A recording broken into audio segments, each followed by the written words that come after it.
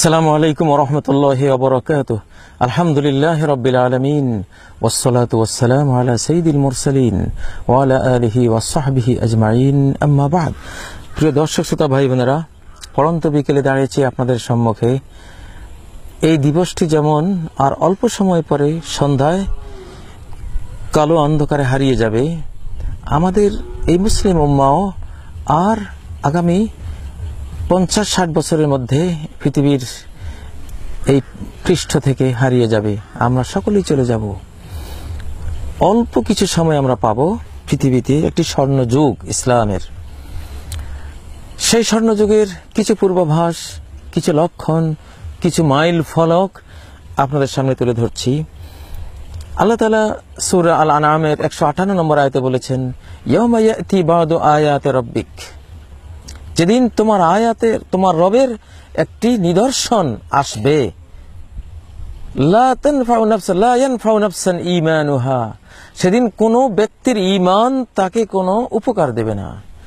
সেদিন কেউ ঈমানদার হয়ে গেলে মহাজাগতিক সেই নিদর্শন, ভয়ঙ্কর সে আলামত দেখে সারা বিশ্বের মানুষ সেদিন ঈমানদার হয়ে যাবে, কিন্তু সেই ঈমান কবুল করা হবে না। আও কাসাবাত ফি ঈমানিহা খায়রা, তেমনি ভাবে যে আগে ঈমানদার ছিল কিন্তু আমল বেশি করেনি, কিছু আমল করেছে, যেটুকু আমল করত ওইটুকুই থাকবে, এর থেকে বাড়তি কিছু তার থেকেও আর গ্রহণ করা হবে না।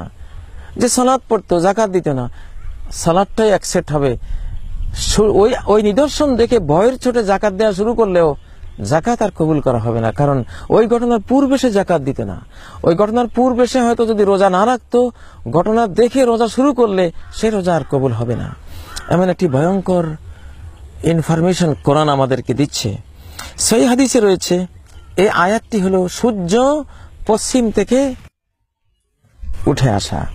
সূর্যের উদয় হবে পশ্চিম থেকে, এখন সূর্যের উদয় হয় পূর্ব থেকে, কিন্তু আগামী অল্প কয়েক বছরের মধ্যে সূর্য পশ্চিম থেকে উঠে আসবে বলে কোরআনে আল্লাহ বক্তব্য দিচ্ছেন।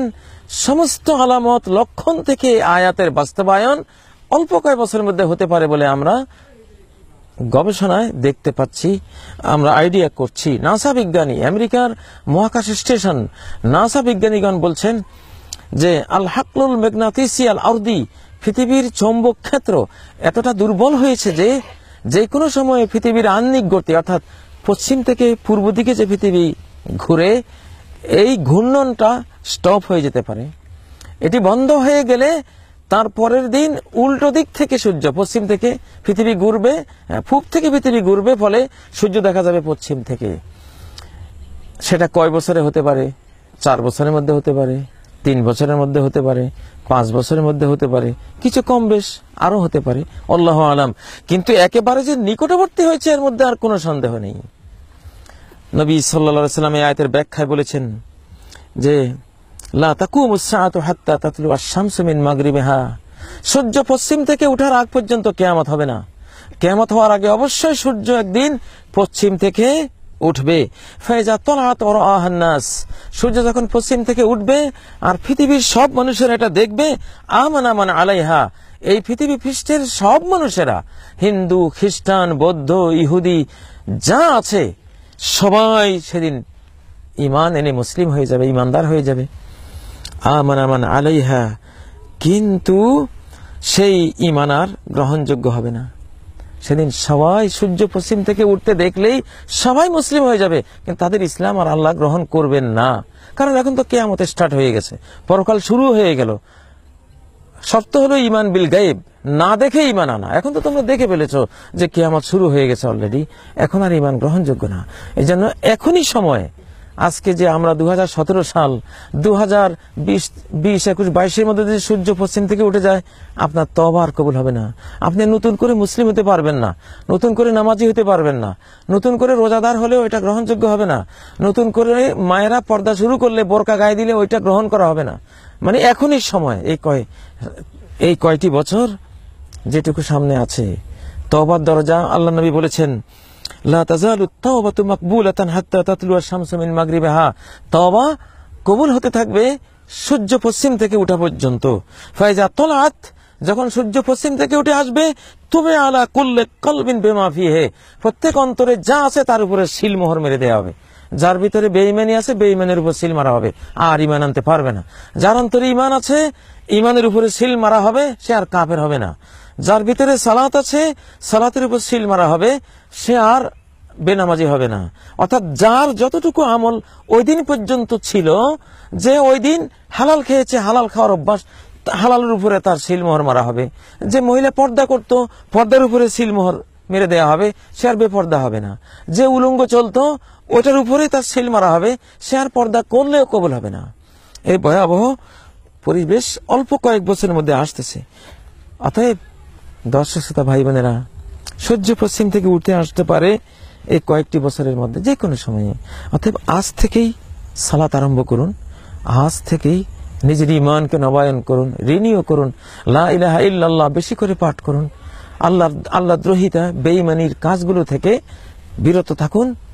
যত পর্নোগ্রাফি আছে, মাদকতা আছে, নেশা আছে, জুলুম অত্যাচার আছে, পাপাচার আছে, এগুলো বর্জন করুন। বর্জন করে আল্লাহর কাছে খাঁটি অন্তরে তওবা করুন। তওবার দরজাটি পশ্চিমের সূর্য ওঠার আগ পর্যন্ত এখনো খোলা আছে। সেই তওবার দরজা এত বিশাল, নবীজি বলেছেন ৭০ আমান, সেটা অতিক্রম করতে ৭০ বছর লাগবে, তওবার সেই দরজা। কিন্তু সেই দরজা বন্ধ করে দেওয়া হবে, লকড হয়ে যাবে সূর্য পশ্চিম থেকে ওঠার সাথে সাথে। আর সূর্য পশ্চিম থেকে উঠলেই পৃথিবীর প্রযুক্তির অধিকাংশ ধ্বংস হয়ে যাবে। সূর্য যখন পশ্চিম থেকে ঘূর্ণি দেবে, পশ্চিম থেকে উঠবে, বিমান উড্ডয়ন বন্ধ হয়ে যাবে। এই মোবাইল, এই স্যাটেলাইট, এই টেলিভিশন, এগুলি সব হয়তো ধ্বংস হয়ে যাবে, কিছু হয়তো বাকি থাকবে।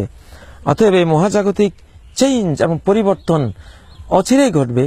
আমরা কোরআনের জানালা দিয়ে তাকিয়ে দেখতে পাচ্ছি, নবী সাল্লাল্লাহু আলাইহি ওয়াসাল্লামের বক্তব্যের মাধ্যমে, তার বৈজ্ঞানিক সায়েন্টিফিক রেখে যাওয়া বক্তব্যের মাধ্যমে, সুন্নাহর মাধ্যমে আমরা বুঝতে পাচ্ছি। ইনফরমেশন আপনাদেরকে জানিয়ে দিলাম। যার যেখানে সুযোগ আছে আল্লাহমুখী হন, তওবা করুন।